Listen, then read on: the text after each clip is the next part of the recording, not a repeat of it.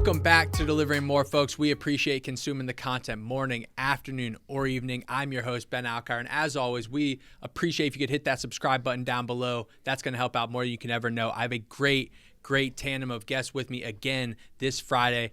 I have co-founder Aaron Hoffman back in the building. Good to be back, Benny. Excited for this one, man. Excited for this one. Really am. This is going to be big time. We should be releasing this right in the middle of April, right as conference season is beginning to kick off, and we have a great guest to run us down the how-tos, the what not to do's, the wins, the wheres of the conference season. Marcus Viscidi, VP of Enterprise Sales with the NRA, National Restaurant Association show, and Winsight. Marcus, what's going on, bud? Hey, what's going on, guys? Appreciate you having me on here. Obviously, before we get going, just want to say, big fan of what Delivering is doing. Obviously, catering is a very important category for restaurants, and I think you guys are doing something great. So keep plugging. Oh, yeah, man. Appreciate that. Yeah, Thank appreciate you. it. Big time. Cool. I did obviously. We usually run a little background, just to get a little more familiarity with you and what you do and where you've been. Starting out where you've been, we have a little connecting piece with the Ohio natives here. Canton, Ohio is where Deliver That is stationed. Aaron's up in Cleveland. I'm still in Canton. You spent some time in Ohio as a youth, maybe we could call it, in Worcester. Worcester, as you referenced it earlier. I believe there's a Worcester in Massachusetts. Worcester University, the Fighting Scots. How do you find yourself from Massachusetts into Central We're being Ohio? corrected. It's college, not university, by the way. Oh, really? Worcester The College of Worcester. College okay, of Worcester. whatever. I don't If know. we're being formal, it is the College of Worcester. So, yeah, I grew up in Boston, like 20 minutes west of the city. Got recruited to play lacrosse at the College of Worcester. Played there for 4 years. And, I have a great affinity for, Ohio. Love Cleveland, West 6, Coventry. I've done the whole Cleveland Rocks scenario, and I look forward to getting back there soon. I do visit Ohio every once in a while to go see Smuckers down in Orville. So yeah, it's a great place to grow up. It's a great place to go to college, and obviously it's a great place to launch a catering delivery company. Oh, yeah, absolutely. Yeah. And Ben, Worcester's not too far from Athens, where we went to school at, Ohio University. Did you ever OU? venture down to OU ever to the party scene? I did one time for your famous Halloween parties, but that's another conversation for another time. Yeah, that might be over. That is where that conversation should begin and end right there. We will keep it moving. Continuing on your background, the BA in English from the College of Worcester, Jim. I'll make sure I get that right the second time around. And then you move in out of college and get some sales gigs in university sports publications and a company called Yext, where they're kind of a crowdsourcing, answering, and product services. Could you just run us through your time right out of college and how you began your sales roles and how that all went? Yeah, no, I appreciate that. So yeah, right out of school, I moved to New York and got just hardcore sales jobs. The first company I worked at was a place called University Sports Publications, and they were the official game day publisher of like every single NCAA football program, basketball program that was distributed at the games. And what they sold was advertising to the providers and suppliers that worked with the schools and universities. So they had a very convincing pitch, and we were responsible for making at least 100, maybe 125 phone calls a day. And it was great. I mean, to really get that, day in and day out, hardcore sales training was invaluable. How to handle objections, how to deal rejection, how to stay motivated, how to not quit in fury when you don't make sales for a couple days. But it was a great foundation for me and great base to kind of grow my sales career. Then from there, I pivoted to the digital side and worked for a company called Yext.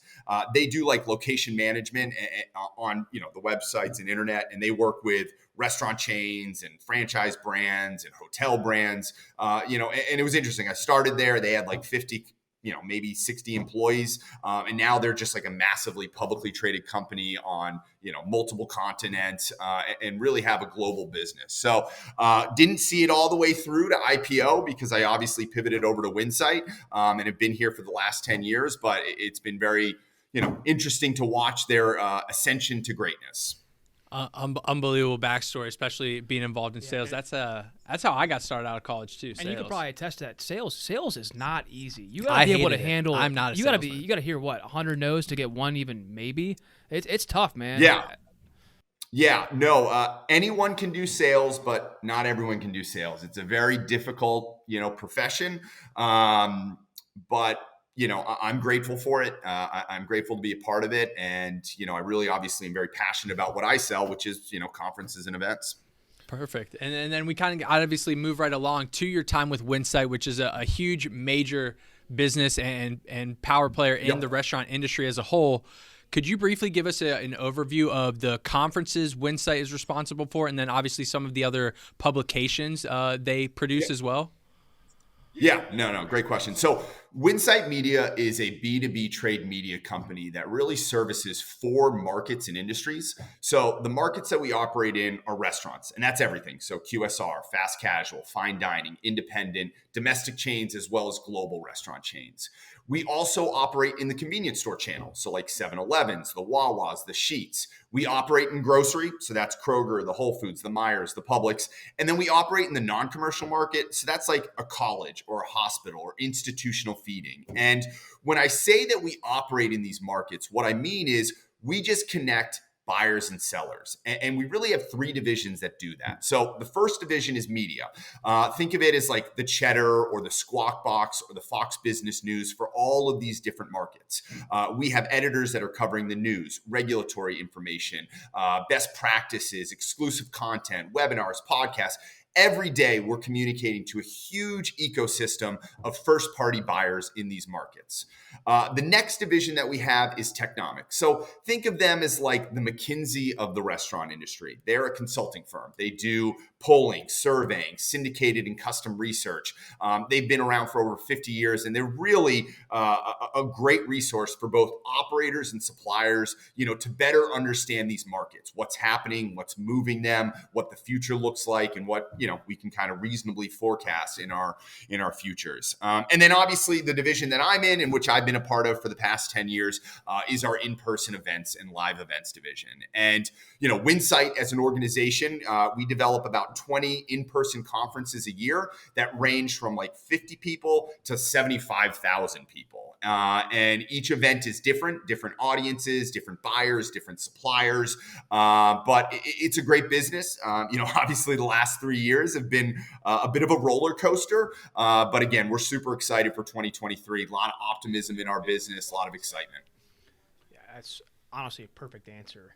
I want to talk about like, during the COVID, time. Yeah. Because that to me, I think you could shed a lot of light about how your guys' industry was not only, it was decimated. And I remember being on an email correspondence at the time, and, we were no one at that point. And, we're trying to get money back. We prepaid. And, I can imagine you guys are like, whoa, So can you just give us a little bit of, I guess, in your, shoes, what it was like to deal in the events industry during COVID? What was that like, man? It was a lot. So in 2020, Winsight was planning on executing 40 events. All right. And those events would have ranged from 50 people to 75,000 people. Fortunately, we were able to produce 3 events in January and February in the convenience store channel and grocery channel. And by mid-February is when we started hearing some rumblings, something's happening, and we didn't really know what, we just kept getting these updates and this news information. But the plan was, full steam ahead. We're going forward with these events. We're producing these events. There's demand for these events. But by mid-March is when we really started getting some questions, what's happening? What's your plan? Are you going forward with the event? And again, full steam ahead. These things are happening, events. I was actually in New Orleans March 18th for an event called COEX that's produced by the International Food Manufacturers Association. And, I had my hand sanitizer. I was, giving fist bumps and, the same sentiment, events are moving forward. We're still doing it. And then, about 2 weeks before Restaurant Leadership Conference started, it was starting to become abundantly clear that the event probably couldn't happen. That we probably were not able to reasonably produce an event safely in a well-timed manner. And it's interesting. We actually had a call with our advisory council, and this was, I would say, 100 people. Okay, suppliers, big time CEOs, operators. And one of the CEOs stood up and said, you can't have this event because every single thing you were going to talk about is irrelevant now. Our entire business has changed overnight. And we, as an industry, need to see what's happening. We don't even know what's happening. And we've got to take the time to see if our businesses will stay open, if customers can still come to them, if we'll have workers. And it was really at that moment where we decided to pull the plug. And from there, we did a whole rollover refund process. We were kind of working with all of our exhibitors on ensuring as little disruption as humanly possible. But yeah, then from there, it was, I think, 14 months before we produced another in-person event. So it was a challenging, scary time. But it definitely created a resiliency in me that'll stay with me for the remainder of my career. We didn't know much about Winsight at the time. We weren't a very large company. We weren't nearly the scale we are at right now. But, you guys became a very, in my eyes, a company that I would want to do business with because of how you guys handled that situation. Everyone's got a plan until you get punched in the face. And I feel like COVID punched literally everyone in the face. And I want to say hats off to you guys because, to me, from that point on, I was like, we want to work with these guys. So I want to say that just thank you for that. Yeah, no, I appreciate that. There was a lot of discussions and conversations, above my pay grade that kind of came up with that whole rollover refund process. And, we didn't have all the answers at the time. We didn't know what the right decisions were. But I think ultimately, some of the things that we did, were the right things and, were, not as aggressive of a policy on the refunds as some other folks within our industry took. And I appreciate you saying that. It's something that, was very difficult to decide and do and execute. But we think that we definitely built up a lot of goodwill with some of the choices and decisions that we made in 2020. Absolutely. And then obviously, we move right along to 2022, which I would say is kind of the resurgence of the conferencing, right? And it was actually my first time going to the National Restaurant Association show in Chicago this past year, which was... Dude, let me ask you that. What was your first impression when you walked? Were you expecting... he'd never been to the McCormick place before. Yeah, so I'd never seen it. I'd never seen it at all. So I was just like mind-blowing to me because, you're literally... Because the check-in point is right at, I would call maybe the east wing, I think, if I'm thinking logistically well. And then you got to walk up it felt like almost a mountain to almost get to the other wing, and then you come back down and it was just wild. I think it'd be cool if you were just to go to attend, if you were just a consumer, just to go taste the new food, upcoming food, see the new stuff coming out. It was pretty cool. Even if you're not even in the industry, it'd be something you'd attend. Yeah, unbelievable. Yeah. No, in terms of square footage, which is what these shows are based upon, and kind of ranked upon, the National Restaurant Association show is a top 50 show in the world. Okay. And there's shows for every industry. Construction, automobiles, airplane. Every single industry has big trade shows. And the National Restaurant Association show is a top 50 show. And it is a massive project. But we're so honored to kind of be the steward of that and, being able to kind of produce an event that brings the entire industry together. And like you said previously, you guys I don't know if you produced the 40 to 50 in 2022, like you mentioned you guys had been doing previously, but a big facet of the restaurant industry, I feel like it might not be specific only to the restaurant industry, but is like these face-to-face conferences, right? Everyone wants to get out there and rub elbows, see people you've been in the industry with for decades and decades for some individuals. So how big was it for you, did you feel like, for all these folks to be able to get back out on the scene, see all these familiar faces, and bring all these businesses back together? Yes. Well, 2022 was kind of the good karma for all the BS that we as a company had to deal with. So it was really a record year by all the metrics that we judge our events by. And we look at them in kind of three buckets. Obviously revenue, because we're a business. Record year. Attendance. Record. Not only the quality, but the size of these events. And then just the vibes. The vibes in 2022 were great. People were happy. They were excited. And if you look, like, business travel is not fun. Airlines are tough, they're expensive, hotels are competitive, and trade shows and conferences are a very effective way to see, many people at one place at one time. So rather than like piecemealing, 20, 30 different business trips over the course of the year, go to RLC, go to the National Restaurant Association show, go to FS Tech, go to some more convenience store conferences, and get all of your work done for that quarter or for that year at one place at one time. And, especially in these industries where people are, very hospitality driven, obviously being in restaurants, and they also want to touch, see, taste, and feel, what they're, going to be serving to their people and their communities. I mean, I can only just attest to what he's saying from like a founder perspective, right? I mean, I remember the first event we went to that you guys were involved with was the NRA. Jimmy, was it 2018 or 2019? I think it would have been 2019. And I mean, those tickets were probably $50, $100 a piece. And at that time, it was a lot of money to us, right? And I can't explain to you the ROI that we saw and we received from that. Having dinners, lunches, drinks with people, decision makers that you're trying to hunt down through email or LinkedIn. If you're a founder out there starting a company in the food service industry, if you're an operator, if you're small time, middle enterprise, whatever, like, you need to be at these events. You have to be there because you have literally everyone that you need to talk with all in one central location. Right. Yeah. And what's great about these events is that, a lot of people that are in food service have spent their entire career in food service, and they've worked at other suppliers. They worked at other brands, and it's kind of like the mob, once you're in, you're not getting out. And, there's just a camaraderie in the hospitality and restaurant industry amongst people that, are so dedicated to this industry, are so passionate about this industry. And listen, I love the industry. I'm very, grateful that I'm a part of the industry, a very small part of the industry. So it's just nice to kind of see these things come together in all formats, whether it's a 30-person event or 75,000 people. Absolutely. So I know. So we're actually sponsoring RLC this year. Right. Did you know that? Did you guys know that? Oh, yeah. So I know Marcus knows that. We're actually sponsoring RLC. I know. Well, that was the call we just had, right? The other day, Jim? Yeah, so you guys know that. So Marcus, give us a little sneak peek of what RLC 2023, because this is going to be coming out right when that's going on. Like the week before. Like what should people be expecting at RLC this year? Yeah, I mean, we always say that this is going to be the best restaurant leadership conference that we've ever done, but I can unequivocally say that this is going to be the best restaurant leadership conference that we've ever done. The scope and range of types of speakers that we have is insane.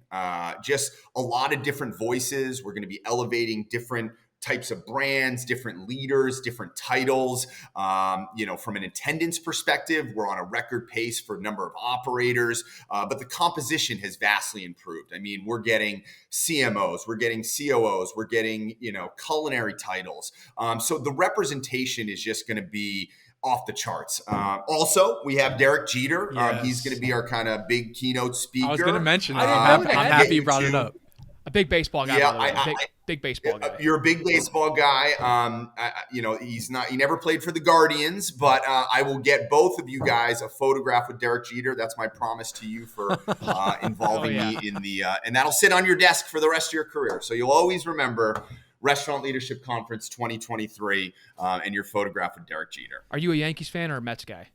I'm a Red Sox fan. I'm from Boston. My bad. Yeah. So I was like, you probably hate both. But love Derek Jeter. He's got a great, financial post-career background. He's doing great stuff. So I think he'll have a lot of learnings and lessons. What's his nickname again?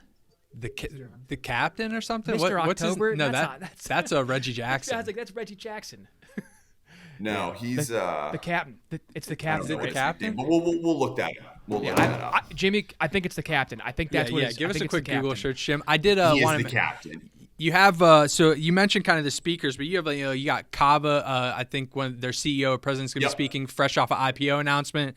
You got First Watch, PF Chang, Subway, all these industry leaders who are obviously some of the most innovative brands that are going to be headlining all these not conferences, but panels, headlining these panels, things like that. What are some of the subject matters that people can look forward to hearing about? Yeah, so strategically, we obviously want to hear from the biggest brands because, they have a lot of bandwidth and they have a lot of, people and resources and teams. And, the things that we really want to hear from them and, kind of impart on the audience is, what are they doing about labor? What are they doing about supply chain? What are they doing about, third-party delivery and the digitalization of restaurants? What are they doing about catering?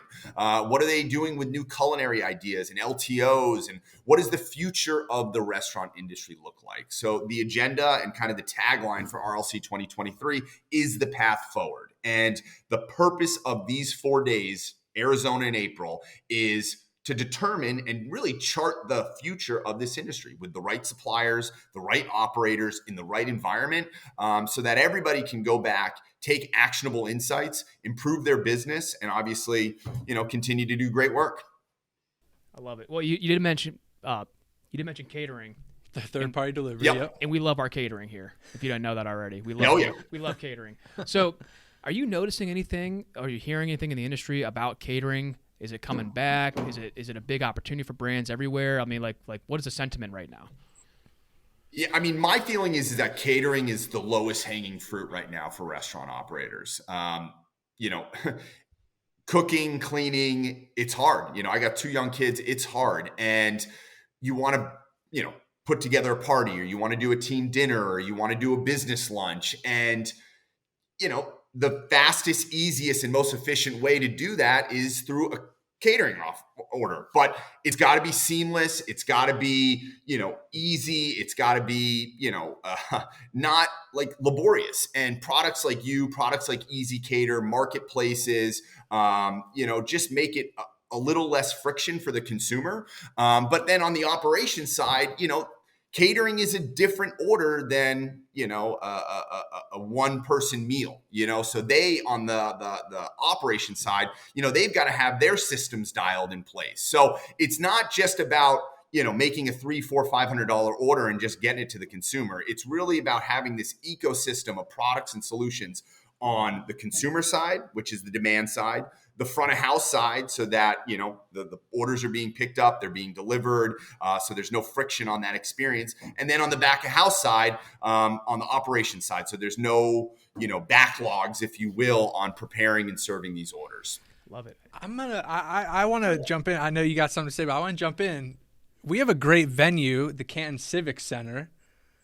Yep. How do we feel about a Winsight Deliver That Catering conference? In 2025? In 2025? We're close to the Hall of Fame. So we have, I don't think we've ever put on an event in Cleveland, but I'll never say never. Yeah, hey, I was just throwing it out there. You can only manifest if you talk about it. Right? No. Hey, listen, I think user conferences are important. They're great. It's a good way to see your key constituents. It's a good way to spend time, build relationships with folks. My recommendation is start small. Just start small, 25, 30, 40, 50 people. That's it. Cocktail party, day of learnings, and let them go. Yeah, we kind of keep it simple. With our drivers, so. Yeah. We're trying to do some stuff like that. I do love what Marcus said though about just kind of the overall arching, broad stroke is it's the lowest hanging fruit for restaurant operators right now. I mean, we've heard this from Jeff, Atul, Carl, Stephanie. I mean, it's a common sentiment right now that if you're an operator or in restaurants in any capacity, mom and pop, small medium enterprise, enterprise level, you need to be in catering. It's the easiest. It's one of the easiest. Like I said, lowest hanging fruit right now. So if you're an operator listening to this. Take advantage of catering. Yeah, build yourself some extra revenue. I do want to circle back to the conference side of things, though. In my mind, I imagine the planning process for these conferences, for especially ones we're talking about like RLC, NRA, things of that nature. Yep. I imagine you're well into the planning for 24 and possibly 25, if not coming to a close on the planning for 24 shortly in the next coming months. What becomes the most strenuous process of setting these conferences up? Because most of the time, I believe you have the same venues booked maybe year over year, especially for the NRA. The sales, like you said, sales through 22 were through the roof. You guys are bringing more people in than you ever have. Is it bringing vendors in? Is it setting up the speakers? What becomes the most difficult task? Yeah, so we're in full planning mode for 2025, even up until 2026. And, obviously the hardest thing outside of sales is kind of securing the right amount of space, okay? The right amount of rooms, the right amount of room nights. But then you also need to have exhibit space. So that's for like the main stage, that's for the breakouts, that's for the booths. So there's kind of like, some, I guess, guidelines. If it's like 0 to 500 people, we're probably looking at about 12 months in advance. If it's like 501 to 2000, at least 24 months in advance. And then 2000 plus, you're looking at like 36 months in advance. Dang, These hotel contracts, they're very competitive. We're just one little small outfit based out of Chicago, but there are hundreds, if not thousands of companies that are constantly bidding on these properties, looking to do events, looking to do weddings, looking to do golf outings. So we primarily work with Marriott, greatest partner in the world. It's very competitive, especially now with everything coming back online. Everybody loves events. Curious, what's some of the most annoying or things that you just dislike with dealing with people that are actually attending the event? Is it people trying to sneak in, stealing passes? We love everybody at Winsight. We welcome everybody with open arms, and we just want to ensure that we provide them with the right platform and the right environment, so that they'll have the most impactful 4 days of their career. Great answer. Love that, man. What speaking kind of in line of things like that, what do you have a favorite conference that you've attended in your history with Winsight so far, or anything that like just sticks out that was like, man, that booth was crazy, or that speaker was unbelievable, anything like that? Yeah, so I get this question a lot, like what event should I go to, what conferences should I go to, what different things should I participate in? And from an experience perspective, the look, the taste, the see, the feel, nothing really compares to the National Restaurant Association show, at least domestically. It is a massive show, and it brings apart all of the ecosystem. So, QSR restaurants, McDonald's, Wendy's, Chipotle, you have culinary students there, you have retail outlets there, you have grocery outlets there. So there's really no other event that brings together the entire ecosystem, because, we have tech shows, we have culinary shows, we have supply chain shows, but this is the one show that brings in everything and everyone. But for me, as a non-Winsight event, there is another show in Dubai called the Gulf Food Show. It's actually happening next week. And think of that as the National Restaurant Association show for the Middle East. And this thing is, massive. It's even bigger than the National Restaurant Association show. It's, I think, like 800,000 square feet and probably 150,000 attendees. So it is, the NRA show is a town. This is like a city. This thing is massive, and it's very impressive, and it's great that, they can produce it in 1 week and then break it down. But also other food shows like CES is an amazing event. I would recommend anybody to attend it. Anybody who's in the show business, anybody who's even in hospitality, I think CES is worth the pilgrimage at one time at least.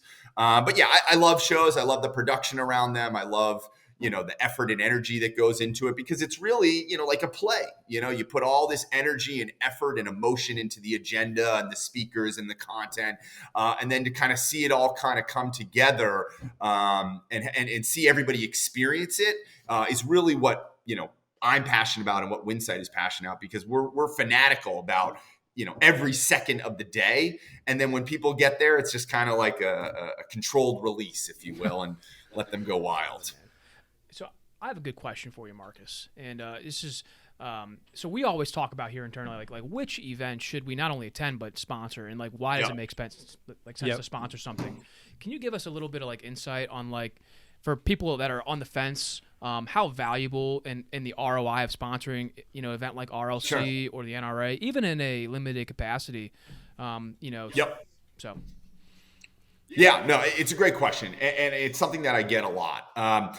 My recommendation is for any company, whether you're small, medium, or large, is to have as presence as in many events as possible. Okay. And that doesn't necessarily mean sponsor. There's some events where you should just attend. There's some events, where you can just do like a cocktail party and reception with your team. But the events that you do participate in, okay, the events that you say, hey, we are going to invest money, we are going to allocate resources into this event, do as much as you can possibly do. And what I mean by that is, everyone's budget is limited, whether you're a startup or you're a Fortune 100 company. Everybody's working with a finite budget, but do whatever you can to ensure that when you are on site, you are going to have as much activation as possible. And that could be a myriad of things. That could be a bigger booth. That could be branding. That could be signage. That could be a speaking opportunity. That could be handing out, deliver that tease on the golf tournament. Yeah. You just need to make your budget work for you as hard as possible at the events that you decide to really invest in. I like what Zach Oates does at Ovation. I mean, he's at every single event, but he's not doing a ton at these events. He's just having a presence at them, and that really reverberates over the course of the entire year. And then he's selectively picking spots where he wants to invest and wants to do more and wants to kind of separate from the crowd. So I really look at Zach as kind of the template, be as many places as possible and then really be selective where you want to go big. Absolutely. Yeah. Ovation up. Great guy. Yeah, Love he Zach. was on the podcast. Yeah. Zach was on the pod. He's a great guy. Love him. The best guy. Besides that, I mean, do you have like just a favorite, or I say favorite, like any like just crazy stories about conferences, like most expensive booth that you've had, that you've personally signed or you know of? Or was there like any disaster moments where something like almost didn't come together, like or someone had to back out of a speaking role and you had to fill someone in, anything like that? Oh, yeah, all the time. I mean, yeah, these events are, a disaster waiting to happen, and not in a bad way. It's just there's a lot of moving pieces. A lot of variables. There's a lot of moving parts, and things, get lost in transit, or schedules change, or people change jobs. So really the goal of being an event producer and planner is to kind of have this controlled chaos and make sure that everybody realizes that, it's a seamless experience. It's a frictionless experience, that it's the best experience that they're going to have at a conference or an event for the 4 days that they're going to be there. But in the background, just know there is a lot of chaos, but thankfully I work for a world-class company and organization. I think we have like 50 meeting planners across the entire company, and they are some of the most dedicated professionals that make me and our sales team look like we're doing a really great job. Hell yeah, man. Hey, well, I know for me, man, like we're really excited to be at RLC, NRA, a plethora of other events you guys are hosting.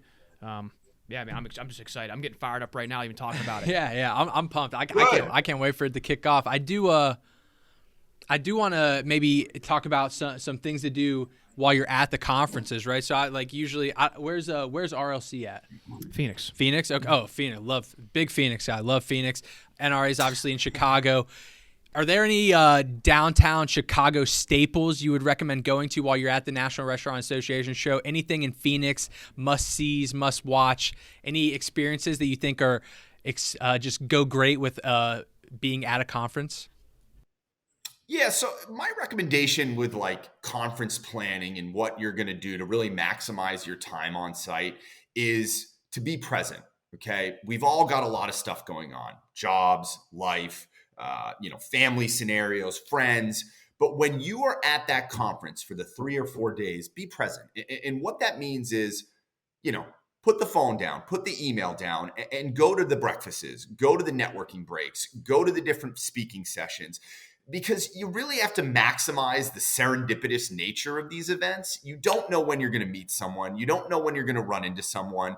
And if you take the approach of not like necessarily divide and conquer, but like having a deliver that presence at as many things as possible that are associated with the event, good things will happen, and they usually do. Absolutely. I know for us, at least in Chicago, we haven't done this yet, but we've always tried to at least go catch a ball game. Go see the Cubs. Oh yeah, I've never been to Wrigley. That's a great idea. Sometimes in Arizona, if it's in March, there's spring training, for the Diamondbacks. Goodyear. Or not the Diamondbacks. Love it. There's a bunch of people doing spring training. But yeah, that's cool.